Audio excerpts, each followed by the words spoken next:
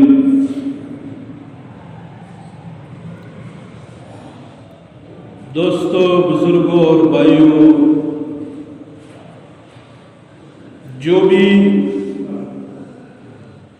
इस जहान के अंदर आया है उसको एक दिन जाना है।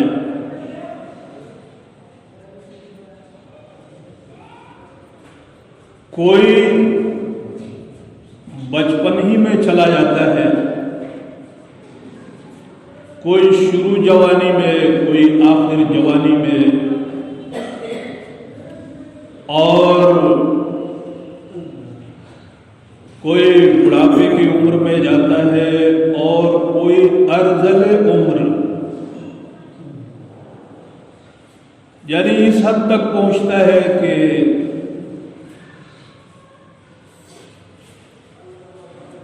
एक बात याद रहने सुनने के बाद फिर उसे याद भी न रहे, दोबारा पूछता है।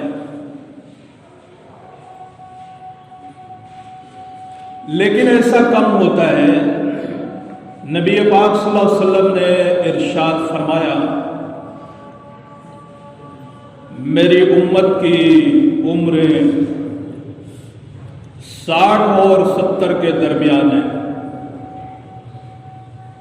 यानी कि अक्सरियत, बहुत कम लोग होंगे जो 60 और 70 के ऊपर जाएंगे। अक्सरियत जो है 60, ज़्यादा से ज़्यादा 70, इसी में खत्म हो जाएगी। इंसान होशियार वो है जो मरने से पहले मरने की तैयारी करे।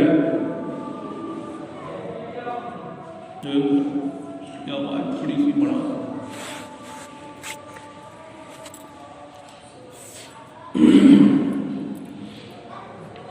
जो जिंदगी हमें मिली है उस जिंदगी में तैयारी करें, उस जिंदगी के लिए जो कभी खत्म नहीं होने वाली है।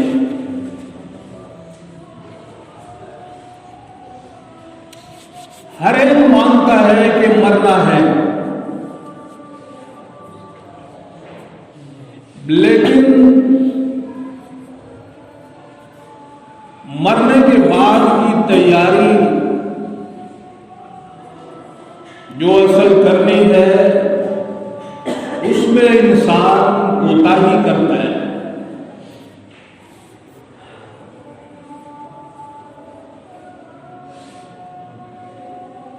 जिन चीजों को करना है उन चीजों को नहीं करेगा।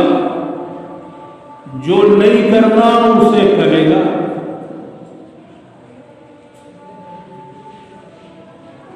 कुरान पाक ने और फिर उसकी तशरीह नबी पाक सल्लल्लाहु अलैहि वसल्लम ने खोल खोल कर सारी वो चीजें बयान कर दी हैं जो करने की है और जो ना करने की है।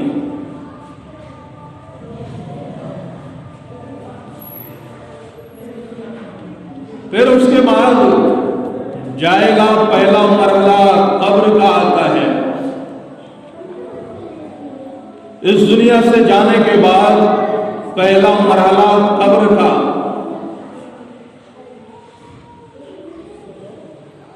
जिस तरीके से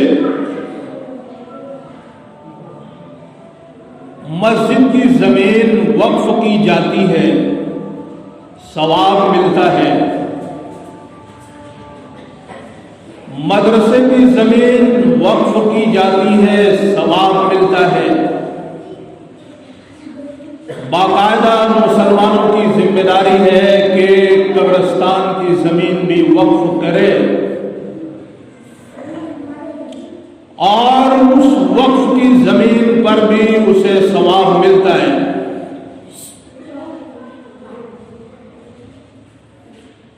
जिस तरीके से मस्जिद, मदरसे, ईदगाह, इन सारी चीजों की एक अहमियत है, खानकाहें हैं, इसी तरीके से मुसलमानों की जिम्मेदारी बनती है कि वो जहां रहे वहां पर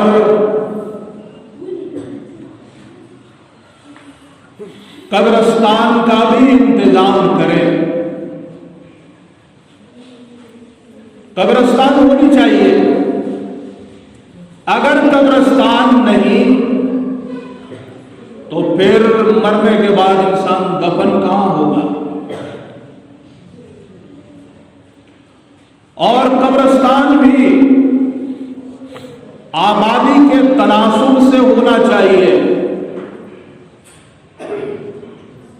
शहरों की आबादी ज्यादा हुआ करती है, देहातों की आबादी कम हुआ करती है। शहर का कब्रिस्तान बड़ा होना चाहिए। छोटा पड़ रहा है उसे बढ़ाया जाए।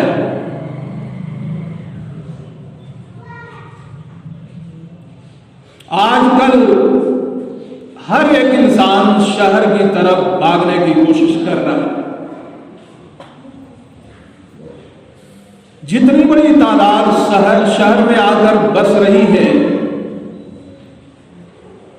उतना ही इस मामले में लापरवाही हो रही है कि कब्रिस्तान के लिए भी जमीन कहीं मुतय्यन की जाए। कब्रिस्तान दिन ब दिन छोटा होता जा रहा है, लेकिन उसकी तरफ किसी की तवज्जो नहीं है।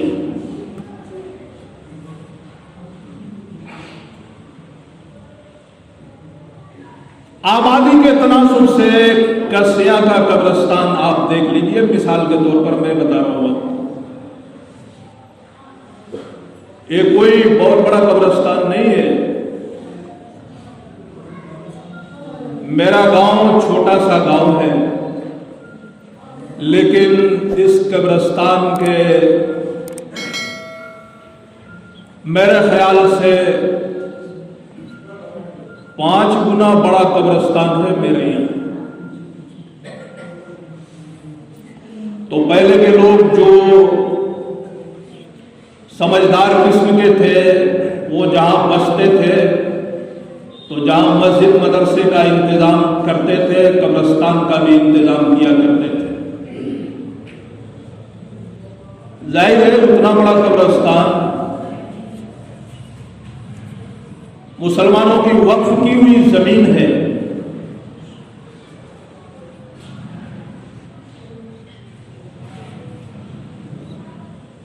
बीच आबादी में अगर जमीन महंगी मिल रही हो, जरा किनारे ले लिया जाए, सस्ती भी मिल जाती है। मुसलमान कब्रिस्तान के लिए जमीन वक्फ क्या करेगा? खुद कब्रिस्तान की जमीन हड़पने के चक्कर में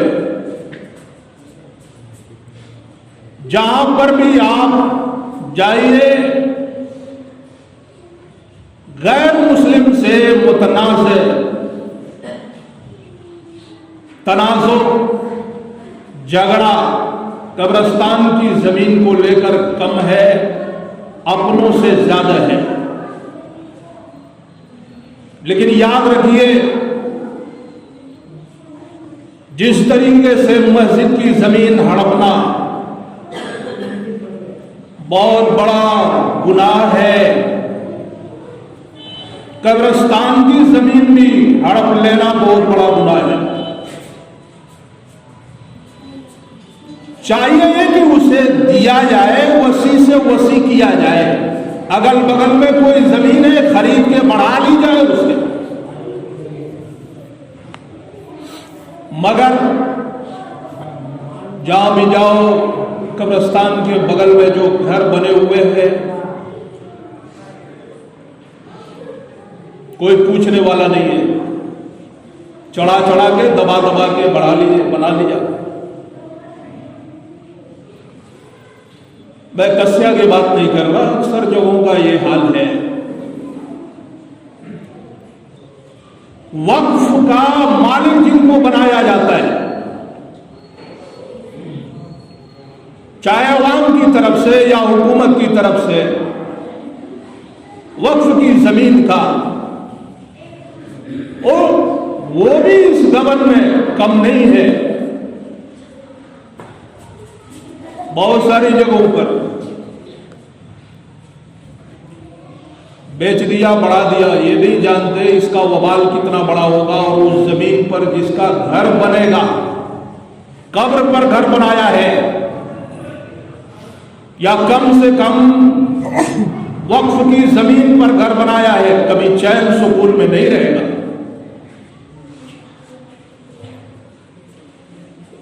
कहां उसे बढ़ाना चाहिए, बढ़े, ताकि आबादी के तनासुब से, आबादी के एतबार से मिट्टी देने में कोई परेशानी न हो।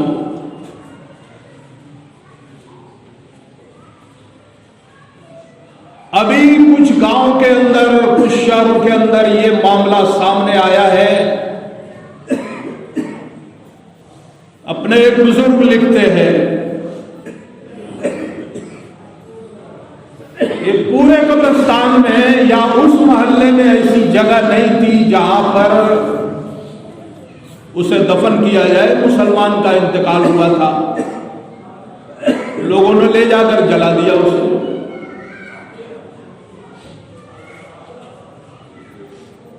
फिर ऐसी भी खबरें हैं कि शमशान घाट में ले जाकर दफन किया। ऐसा क्यों हो रहा है?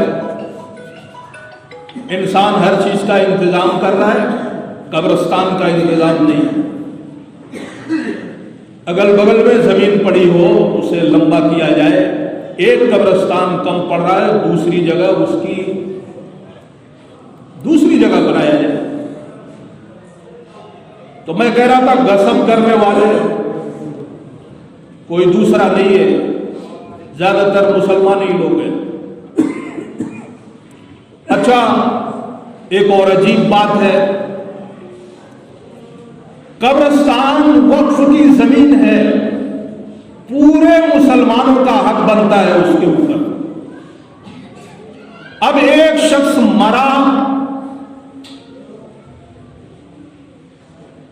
लोगों ने उसकी कब्र को घेर दिया, ईंट पत्थर से, पता नहीं नीचे से पूरा घेर दिए उसे, ऊपर से पक्का कर दिए। अब जाहिर है वो तो कुछ ही दिनों के बाद खत्म हो जाएगा, लेकिन ये जो जमीन पर कब्जा हुआ है, आज तक समझ में नहीं आता ये ऐसा क्यों किया जाता है। एक तो छोटा सा कब्रिस्तान, ऊपर से हर एक घेरता है। मेरे दादा की कब्र है, बाप की कब्र है, घेर लिया। क्या उस कब्र का पैसा दिए थे आप, खरीदे हैं? खरीदता तो है नहीं, और दूसरा ये कि कोई उसे बेच भी नहीं सकता।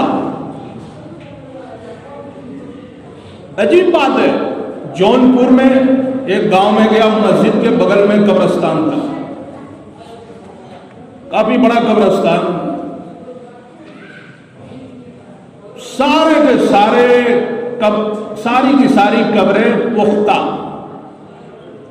एक भी ऐसी कब्र नहीं जो पक्की नहीं है, सब पक्की कर दिया। अब उसके बाद दोबारा जो लोग मरेंगे वो कहां जाएंगे?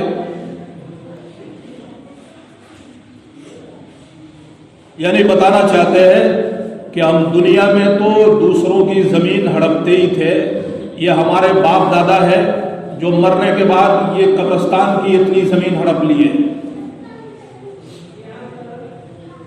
क्यों पुख्ता की जाती है कब्रें, पता नहीं चलता। नबी पाक सल्लल्लाहु अलैहि वसल्लम के जमाने में जन्नतुल बकी कब्रिस्तान कोई बहुत बड़ा नहीं था उस जमाने में, अभी कुछ बड़ा हुआ है कुछ, लेकिन उस जमाने में 10,000 सहाबा की कब्रें हैं उसके अंदर जन्नतुल बकी में। सारे पुख्ता बना लिया करते या घेर लिया करते इसी शक्ल में, तो फिर सैकड़ों में होता। कब्र का निशान मिट गया, बराबर हो गया, हड्डियां खस्ती हो गई। अब वहां पर दूसरे आदमी की मिट्टी दी जा सकती है। कब्रिस्तान में ये जमीनें फंसाने की नहीं है। इंसान नेक भी होता है, बुरा भी होता है, अच्छा भी होता है, बुरा भी होता है। बाद मर्तबा ऐसा होता है किसी जगह पर एक आदमी की मिट्टी दी गई, वो बुरा था, बाद में दूसरा कोई ऐसा आया, उसी जगह पर उसकी मिट्टी दी गई। उलमाए किराम ने लिखा है उसकी बरकत से अल्लाह सुब्हानहू व तआला कयामत तक का उसका अज़ाब माफ कर देगा। एक एक कब्र से कई मुर्दे निकलेंगे, ऐसा क्यों होगा?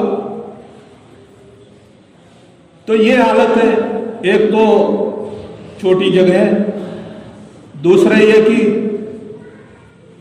बढ़ाने का भी कोई तस्वुर नहीं दूर दूर तक।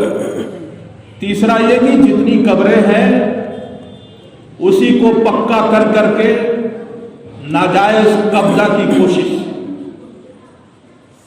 कब्जा है, अगर किसी को दफन करना है और ऐसा पुख्ता बनाना है, अपनी जमीन में करेगा, जायज होगा। ये तो पुख्ता बनाना कब्रों का खुद नबी सल्लल्लाहु अलैहि वसल्लम ने मना किया। नहीं तो नबी सल्लल्लाहु अलैहि वसल्लम का जो कब्रिस्तान है मस्जिद नबवी से थोड़े ही फासले पर, उसमें सारी कब्रें, सहाबा की सारी कब्रें पुख्ता होती। लेकिन इस जमाने में बड़ी तादाद में एक तो कब्रिस्तान पहले से छोटा, ऊपर से पक्का कर करके और भी छोटा किया जाए। मैंने बताया बहुत सारे कब्रिस्तान ऐसे हैं कि पूरा कब्रिस्तान ही पुख्ता हो गया है।